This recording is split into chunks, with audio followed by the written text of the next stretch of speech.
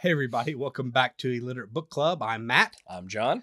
and this is our review of Once Upon a Time in Hollywood. We just saw it Yes. literally within the last couple hours. So this to me was kind of a different movie. So I guess we can kind of start off. Oh, Okay, is this going to be spoilers? no, Okay, so don't This is worry about it. spoiler If you free. haven't seen it yet, this is just us giving our generic take on it. right. I'm sure that's gonna be in the title, but I'm appreciating him reiterating it. Well, I didn't know. I'm just I didn't know when we were coming into this. Okay, Do you want to start over? It's totally. This is perfect. Okay. Okay, so yeah, what was your initial thoughts on it as far as story goes? I actually liked it. I can see Mhm. where we were talking to some people in the theater, around the theater afterwards. I can see where there's going to be some people who Right. aren't going to love this, especially given like the recent string of Tarantino movies. This is a Yeah. different direction than he's gone in a while. Yeah. But I liked it. I mean, I'm a fan of these kinds of movies where it was a little bit more slice of life. Yeah. Is a little more. It didn't have this really focused plot.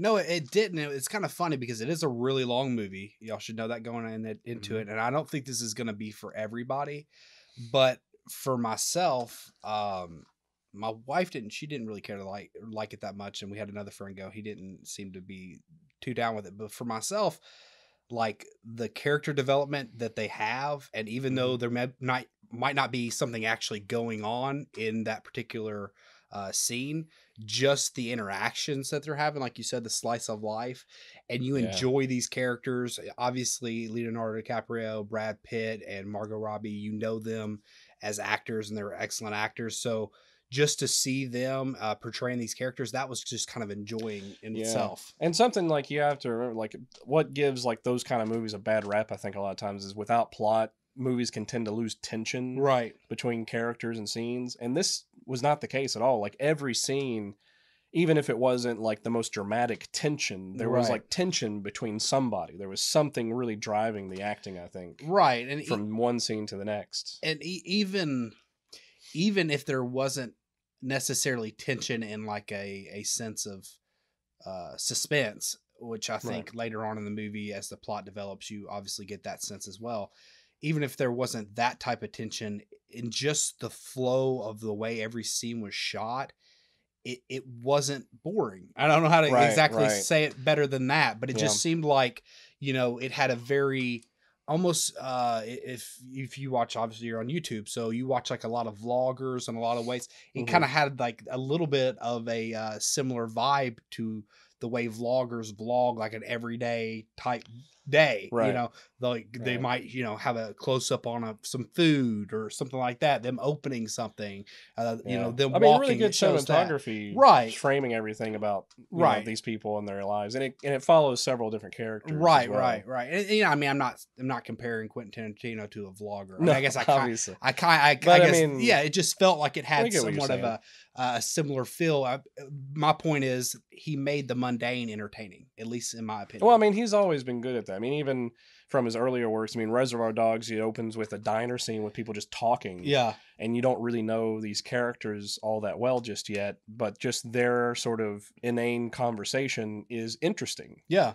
And he's really good at capturing those moments. And I think he did it really well in non-dialogue moments here, Mhm. too. Like, there was a lot of moments where there was characters either interacting or just a setup for interaction where there was no dialogue, but it was still interesting to watch. Right. And so, who do you think was, I guess, the standout performance for you?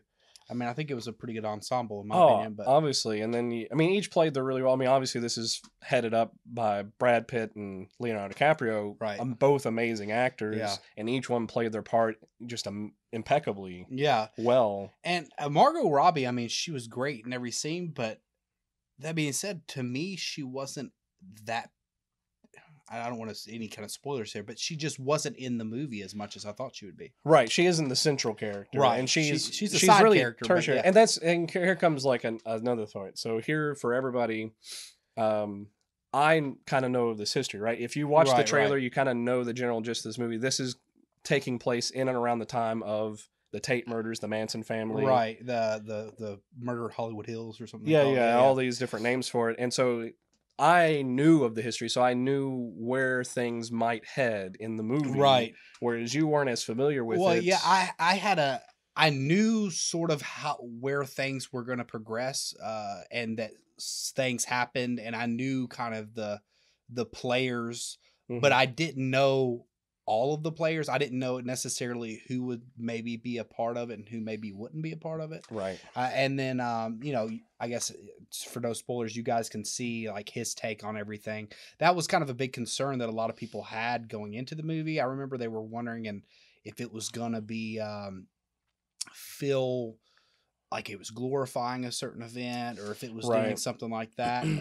I personally, I did not feel that one bit. Oh yeah, and I didn't really have that fear given it's Tarantino. Right. And Tarantino definitely never glorifies those kind of characters. I mean, No. Inglorious Bastards, case in Yeah. point, Right. and then also several other Django. Yeah. Django, and the closest characters you could get to that is maybe his first few movies with Pulp Fiction, Reservoir Dogs, where they're all villains, Right. and even Hateful Eight a little bit, but they don't have good endings. Like they're people who end up having really violent ends to their stories because Right. they're Right. violent people.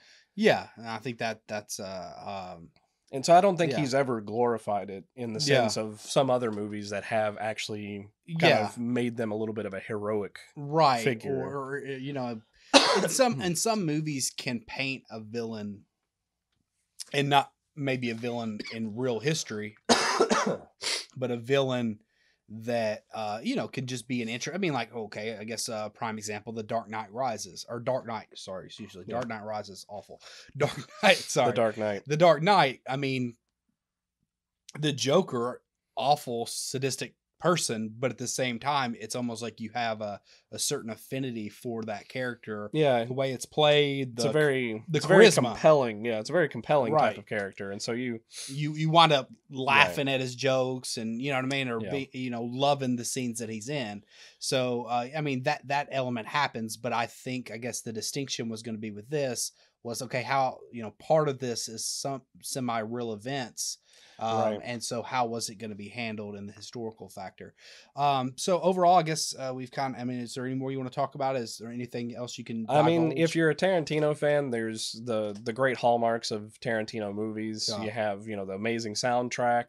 I really enjoy. I mean, of course, it's set in the late '60s, so you have a lot of great source material to pull from. Right, but one thing I noticed, and I wasn't, because you said something about this soundtrack going out of it. One thing I noticed on when they would play like some, I guess, the more familiar tunes, there's a lot of nostalgia that that a lot of movies have played up over the last few years, and even like Stranger Things, and they're like putting everything in there. It's like the greatest hits of the 80s, basically. Right. And this, yes, you had some familiar songs, but it was never a central element. It was background, right, and it would cut off fast. And to be fair, he has some pretty deep cuts. He has some songs that, I mean, most people may not be familiar with. Right, he had a mix. Like he had a few that I know I was familiar with, which I mean, I'm a music business major, so maybe I maybe have a larger.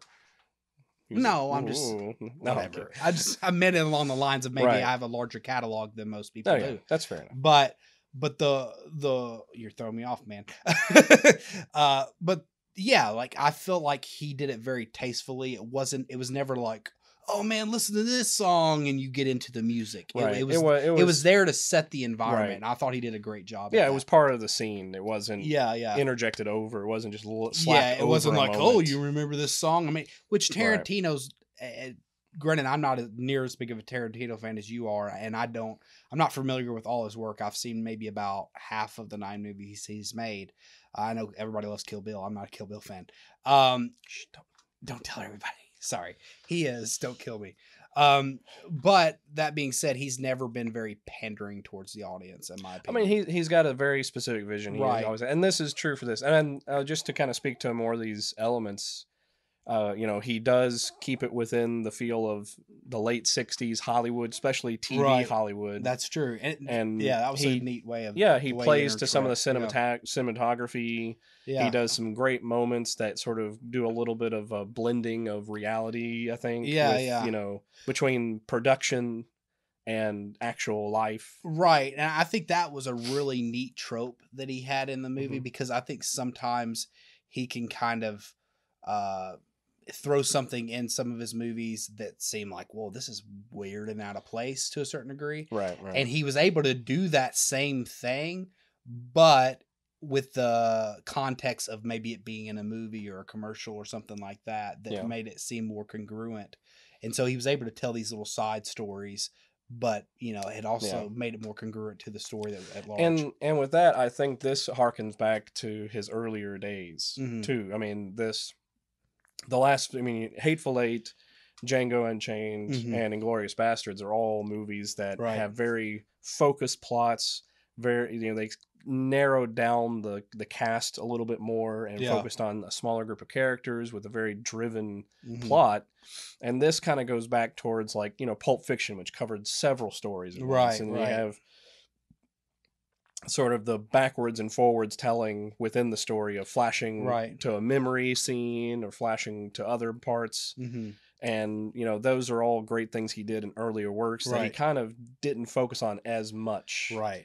more recently. But again, this is and all the others are Yeah. Hollywood movies, right? Exactly. They're Yeah, they're yeah. that era and that place. Yeah. So it's Yeah. to me, it's as a Tarantino fan, I'm a big fan of it. Yeah, I mean, and as a semi Tarantino fan, like I've kind of been warm and hot different times on him. I really enjoyed this movie, even though there was a lot of. It was definitely a slow movie. I never felt it was slow, Right. and I do think that this might not be for the masses. But if you're like what John just said, if you're a Quentin Tarantino fan, I think you'll definitely get Yeah. a lot out of it. So if you're just going to give it a number value out of 10, I'm gonna go pretty high on this one. I'm gonna go tentatively like around a 9 out of 10. I'm not really Okay. sure how I feel about this one compared to the rest of his catalog just yet. I'll need Right. to watch it at least a couple more times to Yeah. really decide how I'm gonna rank this one to everyone. I know everyone's like, there's a lot of people calling this one his best one, Yeah. and it's definitely up there. But Okay. I'm not gonna give it the full 10 just because I want to get a better Right. And grasp on it and as first. not being a huge Quentin Tarantino fan, I think for me, I'll give it a solid 8, which is a high score for me. I think 9 is reserved for the movies that I just love. Either I had just the best experience in the theater at one time, or this will be a movie that I will reoccur, be going back to Yeah. see again and enjoying. This is probably not a movie I would see again anytime soon. Just in general, but I definitely enjoyed the experience while I was there, so I give it a solid 8. But yeah, let us know what you think. Drop a like and let us know in the comments below. Don't spoil it for everybody else. Just if Right, you right, liked right. it or didn't like it, Yeah, just let yeah. us know. Or what's your favorite Tarantino movie, right? Yeah, that'd be some good stuff. Out of the previous 8, which one do you like the most? Right. So yeah, we'll see if his number 10 is really his last one, and we'll see what that is. A Star Trek movie, Kill Bill 3. Those are two what they're talking about. So Something completely different. absolutely. All right. Talk to you guys later.